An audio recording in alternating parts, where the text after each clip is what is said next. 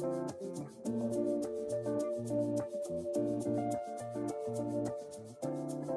you guys so much for being here today. We are here to talk about the Metro Crime Initiative for 2025. A big ask that we have for this upcoming session is reckless driving and enhancing the penalties and the charges for individuals who recklessly drive in our community. We do have a family here. The Mills family is also here with members of their congregation and members of their daughter's congregation who passed away in a speed racing crash last year. We also have some representatives here as well, but I will hand it over to Mayor Tim Keller. Well, good afternoon, and I want to first just acknowledge and thank our guests. We're going to talk about them a little bit who are here with us. Also, our two representatives that have joined us today, Representative Dixon and Representative Joy Garrett. And we know that this session is an amazing opportunity, as it always is every year. But this session, we've got a 60-day session, so it's a long session. Everything is germane. And we also know that as a city, we have many challenges. And we know that these challenges are things that we're working on each and every day. And we are doing all sorts of things that we talk to you about all the time. But we cannot do this alone. The challenges facing Albuquerque, New Mexico are a combination of homegrown and national. And they're big. And we will keep fighting in every single way, every single day, to push back against crime, against housing, challenges around homelessness. But we also know that these are massive issues. And it takes all of us, from the city to the county to the state, to make sure that we meet those challenges with a response that is big enough and of the magnitude that it will actually make a difference. That is the only way to move forward in our community. Now, today we're announcing our annual Metro Crime Initiative for the legislative session. As a reminder, since 2021, we've convened leaders in the criminal justice system through the Metro Crime Initiative. And I think most importantly, we listen to officers and we listen to experts. We listen to the folks with lived experience. That also means victims. And in this case today, very important individuals who have lived through as family members victims of losing loved ones due to violence through speeding, violence of reckless driving that has taken a life. Now, we know this happens all too often in our city. We know that our city is one of the most dangerous cities in America. We also know that we have put up dozens of speed cameras. We know that we have given almost 100,000 speeding tickets. We know that we are adding license plate readers all over the city. We know that auto theft is actually down in the city now for multiple years in a row. But we know we have a long way to go. So what we see in Albuquerque are challenges, but we see progress pushing those trends finally down. Most of our crime categories are slightly down. That's a good thing, but they're down from an all-time high. So we have a long way to go. But we know what's working. What's working is technology. What's working is civilianization through our community safety department and our PSA program and even our transit officers. And we also know that what's working is matching those with a response that is as big as the city of Albuquerque. So everything I just described to you, unfortunately, including gunshot detection, at best is around 20% of the city. So our goal is to have this combination of civilians and of technology all over the city in every neighborhood. That is a achievable goal within a few years if we get the funding. That's why funding is always an important part of our ask. But I want to emphasize that it is not just about money. And our lawmakers know this better than anyone. And I remember, because actually this used to be my state senate district. In fact, I could see my house from right here. And the amazing thing is it takes really three things to make a difference, right? It takes the people engaged in the system, whether it's advocates, public servants, law enforcement. It takes the equipment and the technology to enable them to do their job in the easiest, safest way possible. That also costs funding. But it also takes laws. And laws are also an area where we can make a lot of progress. And thankfully, in part due to the Metro Crime Initiative and the two representatives that are here today, Meredith Dixon and Joy Garrett, we actually have been able to pass some very significant laws that have begun to help. Shoplifting is a great example. the car theft work that we did and the chop shop work that we did. Again, our legislators did the heavy lifting and the law writing. These are things that were part of past Metro Crime Initiatives. So this is our Metro Crime Initiative brochure for this year. And I do want to highlight in here, you see some oldies but goodies, some things that we still want year after year and we still think are very important. But we also see a lot of, finally, some check marks, some things that we actually have been able to do, right? And that even includes some of the progress that was made last session on even touchy issues around, tough issues like pretrial and things like this. So we very much appreciate the legislators' work on this. And in general, before I get into the specifics, I also want to say this. This is about something different for the city of Albuquerque. The Metro Crime Initiative says we all take responsibility for the challenges in the metro area. That means all of us. That means me, that means our law enforcement department, and that means our city councilors and our legislators. And the idea is that we all have to do our part, right? So sometimes when it's session time, of course, it's legislators and it's funding and things like that. But every day, it's our responsibility. And every 2 weeks, it's city council's responsibility. So it's about us saying yes, but also supporting each other. So I want to say that I will support any legislative initiative that I believe helps the city of Albuquerque and our police department. And that's the same thing we've done for the last few years. And I think that is a marked difference than how the city, through multiple mayors, but even our first term, how things were done. We are there to help keep our city safe, no matter who runs it, no matter what party, no matter what the issue is, as long as we believe it's in the best interest of Albuquerque. So with that, today we are going to focus on reckless driving. And so this intersection right here is, of course, widely known for street racing. And I will tell you that we're at the end of Eubank going into the labs, and the issue is primarily on the weekends and at night, when this area does not have a lot of folks on the road, but you see these massive 3-lane roads going each way. You don't see a lot of traffic lights. It makes sense why this has been the case actually for multiple decades. This was no different actually than when I was in high school. The difference now is more lives are being lost. People are going faster, more of them are doing it, and they're doing it more often. It's a trend that started coming out of COVID. It's a national trend, but it's a trend that continues to take lives. And unfortunately, New Mexico is at the top of the bad list for reckless driving, with over 10 fatals for 100,000 distracted driving, or 10 out of 100,000 for speeding. Reckless driving is also, though most importantly, not just statistics. That's what the individuals behind me from the St. John's Methodist Church and also St. Andrew's Presbyterian, that's what they're here to support in the family that has lost their daughter. Paula Mills and her husband, who are here today, they requested to not speak, and of course we're going to respect that. But they wanted to be here to make sure that people know that this hits home, literally in their case, in their home. And I know even from my own family, it was a couple of decades ago, this hit very close to us. And we know that in previous years, we've talked about all the different programs about awareness, that reckless driving takes lives. And it's important to remember the lives lost and the families that are left behind when that happens. So what we want to do is basically work on some of the laws around vehicular charges with respect to homicide and manslaughter. And our team's going to walk through this a little bit, but this is an opportunity for us to make sure that everyone knows that when you are driving dangerous with a car, that is hardly any different than driving dangerous or than using a weapon in a dangerous way. That's the concept, right? The car in this case is the deadly weapon. And I believe those two things are equivalents. And in some ways, because of the bystanders that could be in the back seat, the children, the other cars that are hit, in many cases, it's even more dangerous and unfortunately more common. So with more on this, let's hear from our Chief of Police, Harold Medina.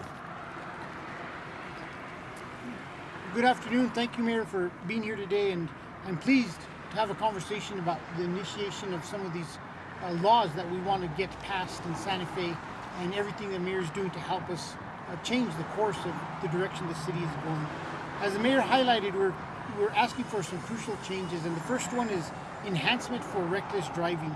Right now, I'd like to thank the Mills family for being here today. They are victims of drag racing. They have lost family members because of this. And I think it's important to remember that accountability is important. I talk about it over and over again that we have to build in accountability, and people need to know that there's consequences. And a lot of times we've talked about it for the past few years that we have limitations on our reckless driving and how we can charge an individual. Right now, as it currently stands, an individual who is involved in drag racing and is purposely doing that drag racing and injures or kills another individual, that person is open to manslaughter at the most. And what we're trying to do is propose that we could increase the penalties for these so that they'd be more in line with a homicide and so that there are greater consequences. We're drawing attention to this issue because there are innocent families killed time after time within the city, and it's not the only time we've seen that somebody's killed because of drag racing. I want to thank our traffic unit who's out here today, because each weekend they are out enforcing and trying to crack down on this drag racing. They give hundreds of citations to spectators, they give citations to individuals who are drag racing, but there has to be harsher penalties for those that continue to do this and injure or kill anybody. So I'm hoping that our state legislature is able to look and get over the finish line legislation that would increase those penalties. We're also looking for enhancements in other areas that would benefit the city. Penalty enhancement for felon in possession of a firearm. How many times have I stood in front of the media and talked about the fact that I would rather have a case prosecuted federally with their limited resources because their laws have teeth, as opposed to some of the penalties that we have in the state of New Mexico for felon in possession of a firearm. An individual who should not possess a firearm and is possessing a firearm should be subject to more than 18 months in jail. The federal guidelines and the teeth that the federal penalties have, criminals actually fear criminal prosecution in the federal system. So we're asking, in order to help curb our gun violence, that we not only look at the way we deal with these situations, that we increase the penalties for those that are felon in possession of firearms. The last area is very important, I think, that we look at as a state. Time and time again, the Albuquerque Police Department works on being transparent, works on conducting multi-agency task force investigations for our officer-involved shootings. And there's always question, are we all investigating ourselves to the highest level? And I'm not saying this is an easy fix, and I hope that due diligence is done to get this done correctly, but we need a statewide entity that investigates all officer-involved shootings across the state of New Mexico. One that is independent of every police chief. One that is independent of every county sheriff. One that the public could have great trust in, that there's going to be a fair, impartial investigation, and that the public believes that the true answers and the correct information to come across from every single entity within the state of New Mexico. We don't need a quick fix. We need a group to sit, study, find the best place. If we need to create another department to do this, it needs to be done. But we need to make sure that the biggest level of force within the state of New Mexico is independently investigated, that it's investigated equally and fairly across the entire state of New Mexico, and that we ensure that publics have the highest level of confidence that everything is being done in order to ensure that there's full transparency and accountability for not only the Albuquerque Police Department, but all law enforcement agencies across the state. I want to thank our state legislature for everything they've done these past few years. Like the mayor stated, this is a 60-day session. I think New Mexicans have been vocal and have stated very loud and clear that they want changes to the criminal justice system. They want accountability. They want our policymakers to ensure that we're making the changes to keep up with the times and the things that are occurring and changing within our society and our community. Like I said, I want to thank our traffic unit for all they do every weekend in ensuring that we're combating drag racers and that we're trying to make the streets of the city of Albuquerque safe. With more on this issue, Lieutenant Monty is going to talk about it. Thank you.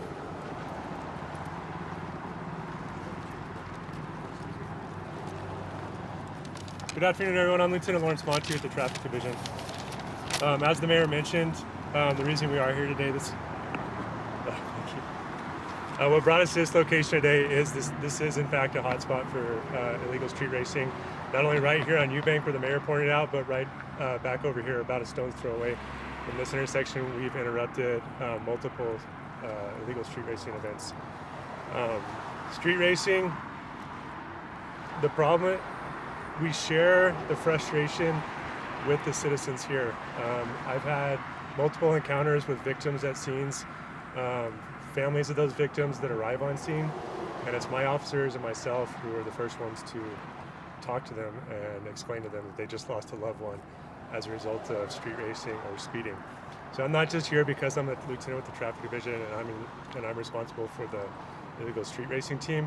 I'm also here because Miss Paula Mills back here has inspired us to. She came into contact with me earlier this year after she lost her daughter to a violent crash in October of last year that was a result of illegal street racing. My team and I are doing our best to combat the illegal street racing in the city. However, we are going to be asking for a little bit of help from the state legislature this year. Specifically, it's going to result in speeding. Oftentimes, these crashes are a result of speeding.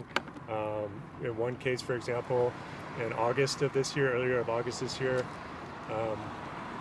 a wife lost her husband because a driver attempted to beat the yellow light, basically, and was speeding through the intersection on a red light, and that resulted in her husband's death. And that was close to home, just like it was for Paula Mills and her family. The wife found out because she was driving to go pick up dinner while her husband was on the way back to the gym, and she saw his body lying in the street, and we had to explain to her that she did in fact lose her husband because the simple fact is that somebody was in a hurry and was trying to blow the light, beat the light. In this case, there was no street racing involved, so as criminal investigators and also, you know, for the prosecution side as well, our hands were tied by the laws that we have in place. And so then we have to explain to the family, yeah, this individual's not going to go to jail today. I know he just killed your husband because of his driving. However, because of the law we have in place right now, the best we're looking at is a misdemeanor citation. And we're still going to do our best job. We're going to send the best investigation, the best completed case we can to the DA's office, and hopefully we are able to receive a prosecution on that. I don't think I need to touch too much on any further on comment any further on legislation. I think the mayor and the chief have done enough. So I'm going to conclude this by thanking Paula Mills for contacting me, thanking her for advocating on behalf of her daughter, because what she's really doing is she's helping out the Albuquerque Police Department, she's helping out the citizens of Albuquerque, and she's helping out any other potential victims who have lost loved ones, family members to crashes that were a result of dangerous, careless, lazy driving. Thank you.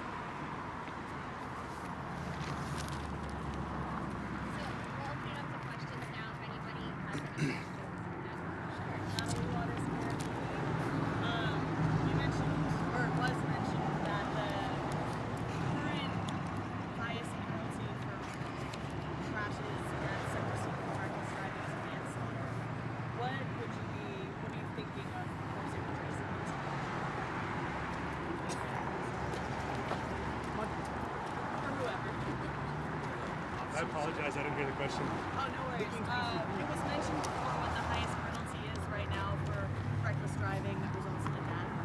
What is the thought, or what are you thinking of raising the penalty to? As far as raising the penalty, that's going to be up to the state legislature. I don't know if it's my... Obviously, as a police officer who's responded to all these crashes, I'm going to be very biased. And I've seen the victims on the road and had to talk to family members, so obviously I'm going to ask for something ridiculous like 5 years. We absolutely would love to see more. We need more accountability. Like, our end game here is to correct this driving behavior and put a stop to it. We can't correct the driving behavior and put a stop to it without the penalties, which is really that accountability for the drivers. You're welcome. You know, and I think as a baseline, we would like to see it more in line with some of our homicide statutes and the time that somebody receives on different levels of homicide. And I think the last number that was thrown around is we'd like to see it increase to somewhere around 10 years. Yes. Faith. Wait, for the increased penalties for felons in possession of a firearm, we do know that this bill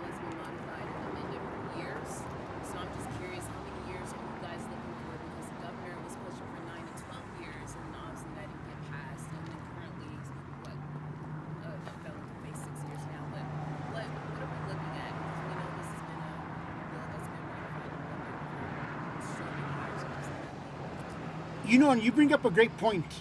We keep putting band-aids on the bill. It's been modified, it's been changed. And I think the governor's completely correct. We supported that since last year, 9 to 12 years.